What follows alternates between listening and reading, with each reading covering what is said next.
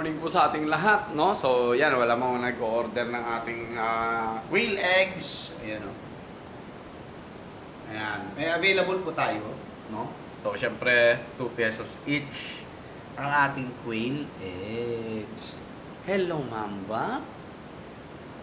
Ito po yung pusa ko na itim, no? Isa niya lang. Pero nag-uwi ng asawa. Ayan, no? Nagkaroon na sana ng anak po to, puro itim, 4, pero namatay po. Buntisin mo na yung asawa mo. Para meron na tayong mga itim na pusa dito. Ayan, so dito po muna tayo, no? Sa labas. Si mama ko, dahil masama ang pakiramdam ko, hindi ko na nasamahan na magpa-check up, no? Check up niya po ngayon kasi. Alright. Pero kaya niya naman. Ayan, no? Mauuwi-uwian na natin itong mga manok natin, no? At makakapag-focus na rin tayo kahit paano. Ayan sila. Mga inahin natin, mga oriental sweaters. Ayan. Ano nila? Ito yung lalaki. Ang ganda nito. Kaya lang asil looking. Eh. Hindi ko gusto yung pormahan ng katawan. Ito mga babae natin. At least kahit paano, nagbibigay ng itlog. Yan, no? Yan.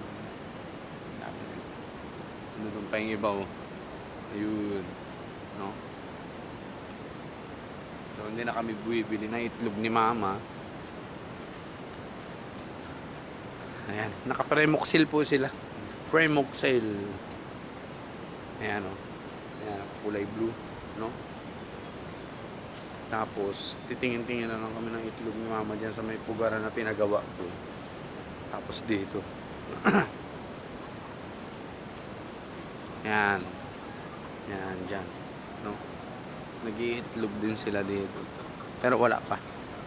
Right? Ito po, tinamaan ng sipon.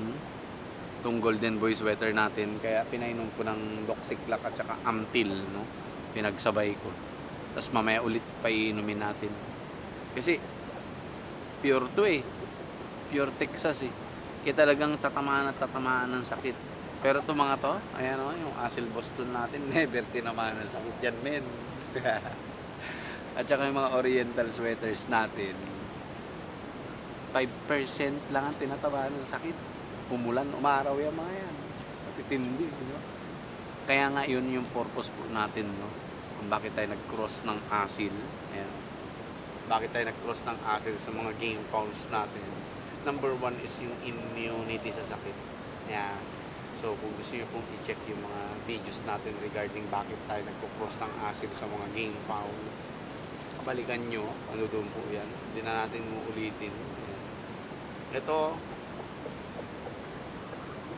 hindi po talaga nagkasakit. Magmula ng sisiyo hanggang ngayon, 3 years old na siya. Never po nagkasakit. Asil Boston Rounded. Okay? So sa mga oriental sweaters natin, wala naman may sakit. Doon sa mga inahin na nakawala, meron ako napapansin 2. Pero gagaling din yan, no? Gagaling din. Right? Ay, nako. Nasaan yung mga... Meron tayong Asil Boston SBR Tornado rito. Ay, ayun sila. Tatlo. Tapos yung isang lalaki. Yung isang lalaki, ayun, ang laki niya na. Ano doon? Silipin natin.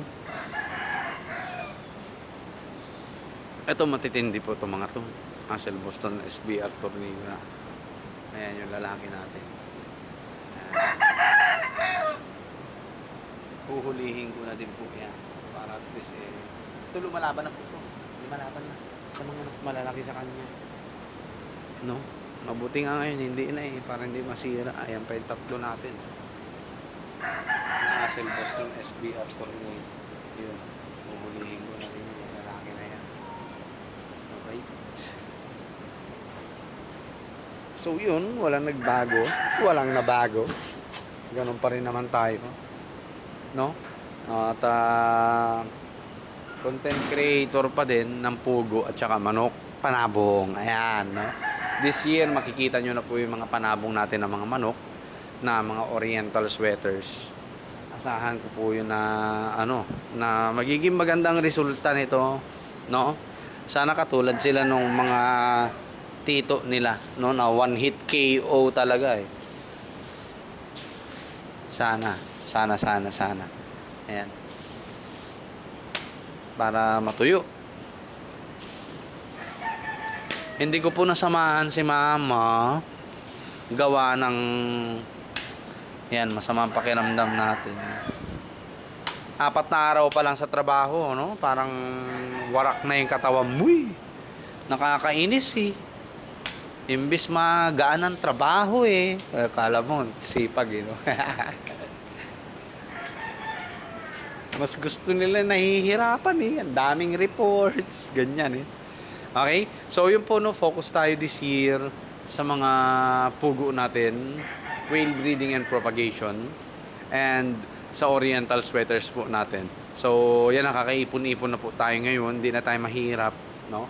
At sana makapag-acquire tayo ng inahin na mga original, no? Or authentic na mga 5K sweaters po, no? Yun ang gustong-gusto kong magiging ending ng mga lahi natin, no? Sa game fowls.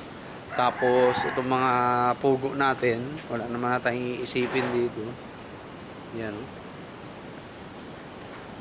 May mga breeders naman na tayo. Hindi na tayo bibili ng ating mga breeders. Ito na po yung mga papisa natin, malalaki na sila.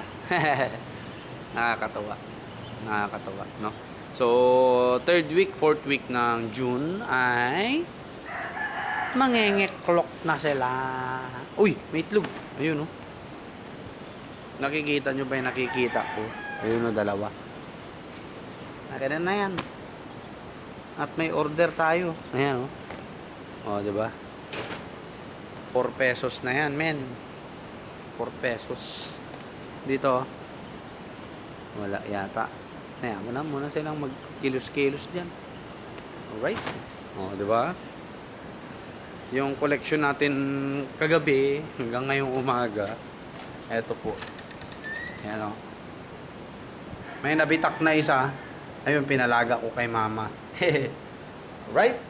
So, yun lang po. Aircon maghapon. Putris na yan. Para aircon tayo maghapon, mamba, no? Bibe? Naghahanap ng isda. Kasi kahapon, ang ulam nito, lapu-lapo tsaka tanigi. Okay? Tapos, nung gabi, bangus. Matindi to. Matindi yan, matindi. Matinding kumonsumo ng isda, no? Ayan, no? So, yan, naka-open yung aircon natin ngayon. Maghapon! Pinapangako ko sa inyo. Kung ano yung ginagawa natin dati, ganun pa rin, no? Mag-video tayo tungkol sa quail farming, game fowl farming. Ayan, no? May mga aabangan na po kayo sa channel natin dahil magpapakitang gilas na po mga oriental sweaters po natin. Ayan, magpapakitang gilas na po sila. At ayan, naka-open na yung ano natin para ready na tong may post, no? May post po. Alright? So, yun lang po. Good morning. God bless po sa ating lahat. Peace.